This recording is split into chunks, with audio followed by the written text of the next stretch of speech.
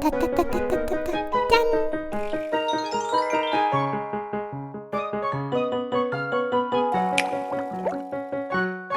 위즐리어카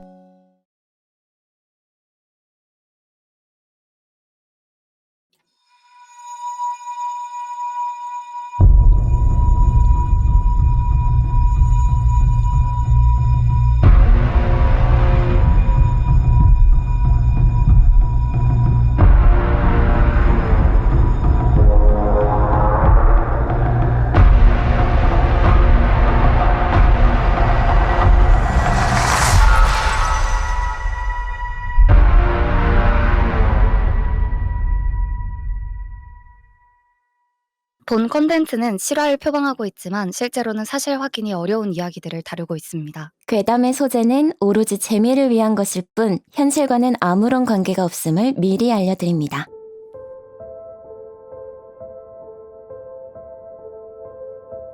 때는 약 15년 전. 순수하고 발랄한 초등학교 3학년이었던 저는 초등학교를 중심으로 아파트가 둘러싸여 있는 주거지역에 살고 있었습니다. 아파트의 중앙에는 놀이터가 있어서 놀이터는 자연스레 초등학생들의 만남의 장소가 되었죠. 위층에는 동갑내기 친구와 그 친구의 친형이 살고 있었고 저희 집에는 저와 우애가 깊은 친형이 있었어요. 4명 다 나이대도 비슷해서 자주 놀이터에 가서 놀았습니다. 놀이터에 가서는 지옥 탈출, 숨바꼭질 등등 4명이서 할 수 있는 모든 놀이를 신나게 즐기곤 했습니다. 그 일이 생겼던 날, 저와 친형 그리고 윗집의 2 형제와 밤늦게 놀이터에서 놀 수 있는 기회가 생겼습니다. 그 시절 저녁이 되던 놀이터의 풍경, 니엇니엇 노을이 질 때 어디선가 흘러들어오는 구수한 된장국 냄새, 도마 써는 소리, 그리고 각 아이들을 애타게 부르는 어머니의 외침, 하나둘씩 집으로 돌아가며 밤이 되면 고요해지는 놀이터. 그 당시에는 밤에 놀이터에서 논다? 거의 상상할 수 없었던 시절이었죠. 그런데 그런 어두컴컴한 밤에 무려 밤 12시에 놀이터에서 4명이서 놀 수 있는 기회가 생겼던 겁니다. 초등학교 때 처음 해보는 일탈에 너무 신나고 심장이 두근거리던 저희는 잽싸게 놀이터로 달려나가 술래잡기를 하기로 했습니다. 그런데 그 늦은 밤에 남매로 보이는 아이 2이 있었더라고요. 놀이터에는 높이별로 3단 철봉이 있었는데 남매로 보이는 아이 2이 철봉에 그냥 대롱대롱 매달려서 고개를 푹 숙이고 있었습니다. 와, 이 밤에 다른 애들이 있네? 라며 저는 그저 신기해하던 그 아이들의 얼굴을 보기 위해 고개를 숙여 얼굴을 보려고 했습니다. 그런데 어두운 가로등 불과 푹 숙인 탓에 얼굴이 하나도 보이지가 않았습니다. 아무리 보려고 해도 보이지 않더라고요. 저는 그냥 어두워서 안 보이는 줄 알고 그러려니 하고 넘겼습니다. 노는 거에 정신이 팔린 저는 그냥 신나게 술래잡기나 했죠. 놀면서 철봉을 힐끔힐끔 보는데 2 남매는 계속 거기에 매달려 있는 겁니다. 정말 한참을 계속 매달려만 있었습니다. 철봉 운동을 해보시거나 철봉 챌린지 같은 쇼츠를 보신 분들은 성인들도 철봉에 1분 이상 못 매달린다는 거 아실 겁니다. 그런데 엘리베이터에 나와서부터 놀이터에서 놀 때까지 좋게 5분은 지났을 텐데 계속 매달려 있더라고요. 그 당시에 저는 좀 신기한 애들이네 라고 생각하며 노는 것에 온 정신을 쏟았습니다. 놀면서 중간중간 철봉을 보는데 어느 순간 그 아이들이 없어졌더라고요. 약 1시간 정도를 놀던 저희는 담배 피러 나오신 아버지의 부름에 집으로 들어갔습니다. 그 뒤로 다른 동네로 이사를 가기까지 철봉의 2 아이를 놀이터에서 본 일은 없었습니다. 돌이켜 생각해보면 늦은 밤에 놀 수 있다는 일탈에 기뻐하느라 말도 안 되는 일을 겪었다는 생각이 듭니다. 놀기 바쁜 순수한 초등학생이라 귀신의 장난도 무사히 넘겼던 게 아닐까 싶습니다. 어떻게 생각하세요? 이게 진짜로 철봉에 오래 매달리고 있던 아이들을 본 걸까요? 아니면은 뭔가에 홀렸었던 걸까요? 뭔가에 홀렸을 수도 있을 거라는 생각이 들고 아니면 아이들이 아니라 누가 인형 같은 걸 널어놓은 게 아닐까요? 오! 인형이란 생각은 진짜 하나도 안 했는데 근데 이제 형태를 너무 명확하게 기억했다는 게 조금 그런 것 같아요. 그쵸. 어린아이 2명 남매의 모습이었다. 심지어 어린 남매였다라고 기억하고 있는 것 자체가 네. 왠지 조금 소름 돋는 포인트인 것 같다라는 생각이 들거든요. 약간 신기하긴 하네요. 아니면 진짜로 철봉 대회를 준비하는 어린이들일 수.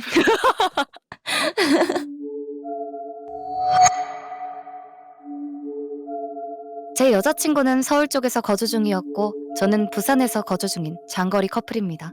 이틀 전 300일을 기념해서 서울로 올라가 여자친구와 함께 보내기로 했습니다. 한강공원에서 저녁 늦게 치킨에 맥주 한 잔 마시고 영등포 시장 쪽에 있는 모텔에서 하룻밤 지내게 되었습니다. 어떤 모텔인지 확실히 말씀드리기는 좀 그렇고요. 사실 정확하게 기억도 안 납니다. 기억하기도 싫고요. 아무튼 거길 갔는데 특실이 6만 원이고 기본방이 5만 원이라고 하더군요. 특실까지는 필요 없을 것 같아서 기본방을 잡으려는데 카운터에 계신 분이 6만 원짜리 방을 계속 추천하더라고요. 필요 없다면서 5만 원을 건네며 계산하는데 직원분께서 5만 원 현금으로 하셨으니 방 업그레이드 해드릴게요. 특실 607호로 가시면 돼요. 라고 하며 특실로 가라 하시더라고요. 공짜로 특실을 주니 웬 덕인가 싶어서 엘리베이터를 타고는 6층으로 올라갔습니다. 607호가 가장 끝방이더라고요. 바로 옆엔 창고가 있었습니다.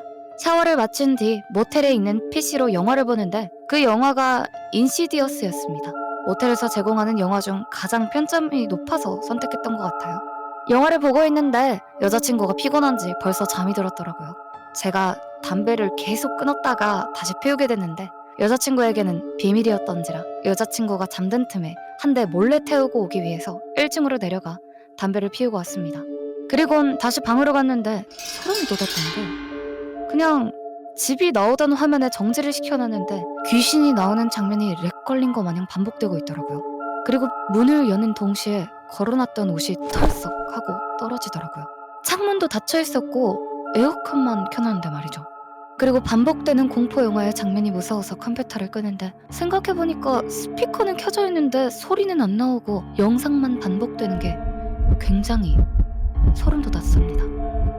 무서워서 담배 냄새고 뭐고 여자친구를 흔들어 깨웠는데 여자친구는 눈 뜨자마자 여기서 나가자며 여기서 자기 싫다고 급하게 자기 짐을 챙기는 겁니다. 일단 저도 무서웠던지라 옷을 걸치고 따라 나와서 엘리베이터를 타고 건물 밖으로 나왔는데 여자친구가 하는 말이 오빠, 담배 피고 들어왔지? 라고 말하는 거예요. 사실 전 속으로 여자친구가 자는 척을 하며 저를 골탕 먹이려고 장난친 건가 싶어서 다행이다 싶었는데 여자친구가 말을 다시 이어나가더라고요. 나 피곤해서 잠들었는데 꿈에서 오빠가 나가는 것까지 느꼈다? 근데 오빠가 나가자마자 이상한 여자 한 명이 들어오는 소리가 나더니 미친 듯이 웃으면서 방을 돌아다니는 거야. 계속 웃으면서 돌아다니는데 정신은 들지만 몸이 안 움직이더라고. 그리고 오빠가 다시 들어올 때 깍 하고 비명소리가 들렸는데 그 비명소리가 나가는 게 아니라 방 구석 모서리에서 멈췄어. 그래서 나가자고 한 거야. 아직 안에 있는 것 같아. 그 말을 듣고 소름 돋아서 바로 사람 많은 거리로 여자친구를 데리고 나왔습니다. 그리고는 영등포역 앞에 있는 맥도날드에서 종일 밤을 샜네요. 야, 이거 너무 무서운데요? 네. 약간 유명한 모텔인가 봐요. 약간 귀신 나오는 걸로. 담배 피고 들어와서 다행이다? 아니, 근데 저는 제일 네. 이해 안 되는 게 네. 직원분께서 왜 굳이 왜 굳이 607호로 다른 방도 많은데 오늘도 커플이네? 빨리 쫓아내야겠다 이런 마음으로 보낸 건지. 아, 직원분이 약간 에? 커플에 대한 깊은 에. 앙심을 가지고 있었다. 나는 외로운데 커플 또 왔네. 607호로 보내야겠다. 약간 이게 아니고서는 굳이 이런 사건이 벌어지는. 저희 방 특수부는 직원도 귀신에 씌여 있었던 걸까 하고 있는데